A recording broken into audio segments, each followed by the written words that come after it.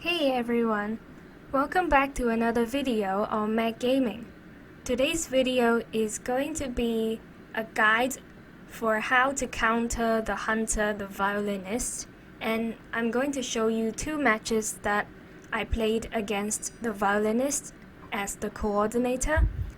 And for my team composition, I would actually recommend you to play as an S-tier kiting character, for example a perfumer, or an A-tier kiting character like the prospector or the enchantress.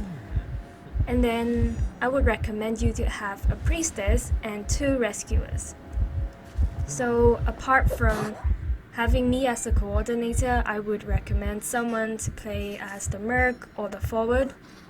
And the forward is actually quite useful if you can play them well, because you can really waste a lot of the hunter's time.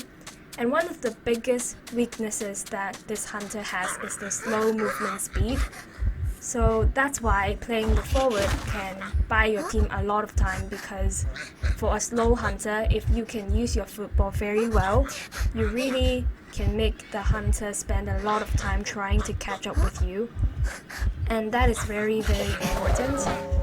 So because most violinists use peepers or patrollers, so their peepers is for better sniping, and the patrollers is for, making up for their slow movement speed. You have to really be careful and not to get sniped. So when you are kiting, you need to make sure you look behind you, that you're not gonna get sniped.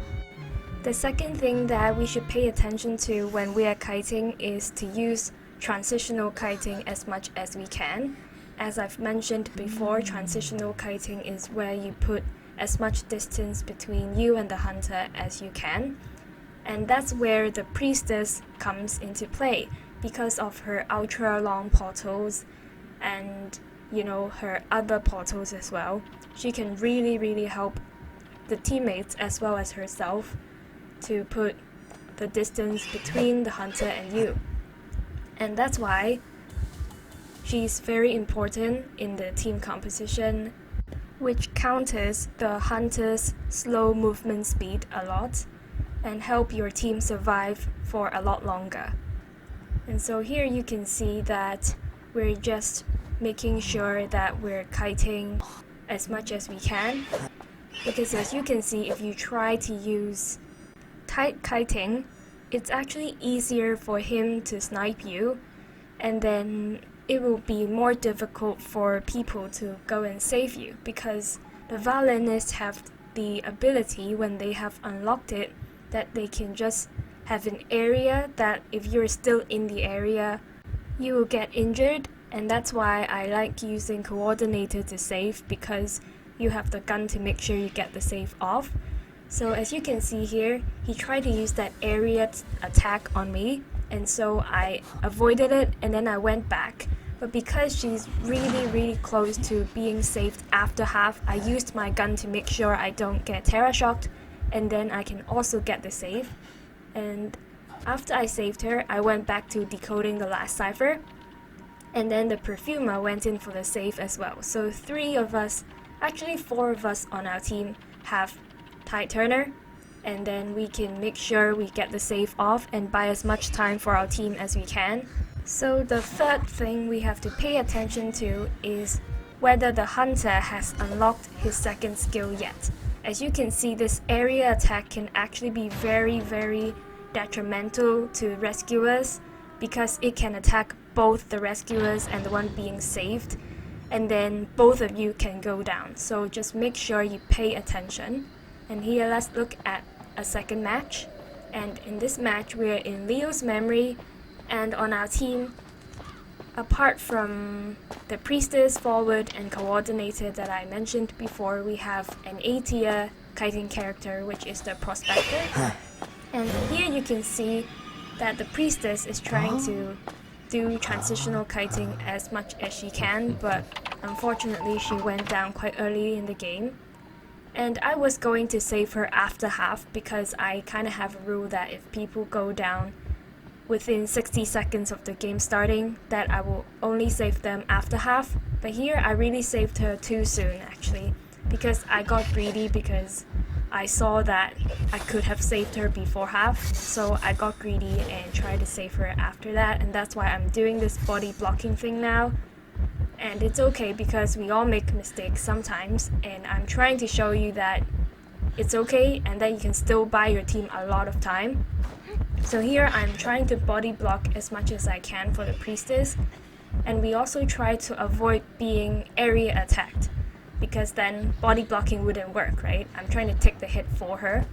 So here I managed to take the hit for her, and then I'm just still body blocking, and then I use the gun here to give her more time to stay alive, and that also bought us more time to move away from that area. And because of the slow movement speed that I've mentioned many times already, the hunter will have a lot more trouble trying to catch up to us.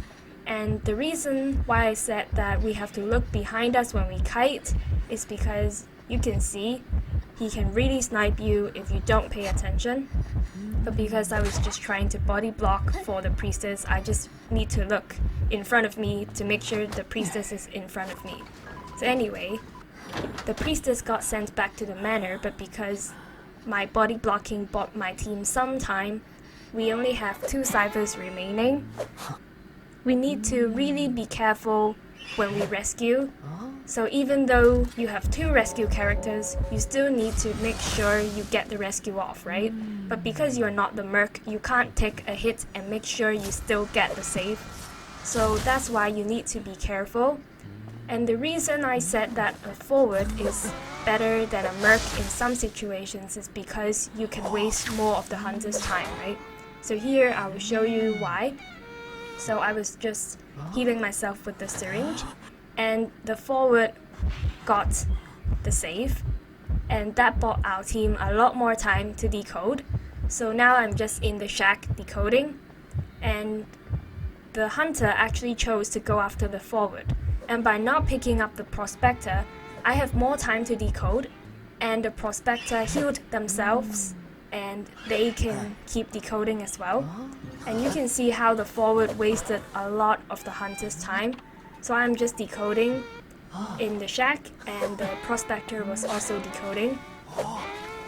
And because of the amount of time that the hunter wasted trying to catch up to this forward, we managed to prime the cipher after I get the rescue. And later you will see how I nearly couldn't get the save off because I wasn't paying attention to the demonic area attack. Yeah, so you can see that the forward got downed, and then they got chaired, obviously, and then I went in for the save after I primed my cipher.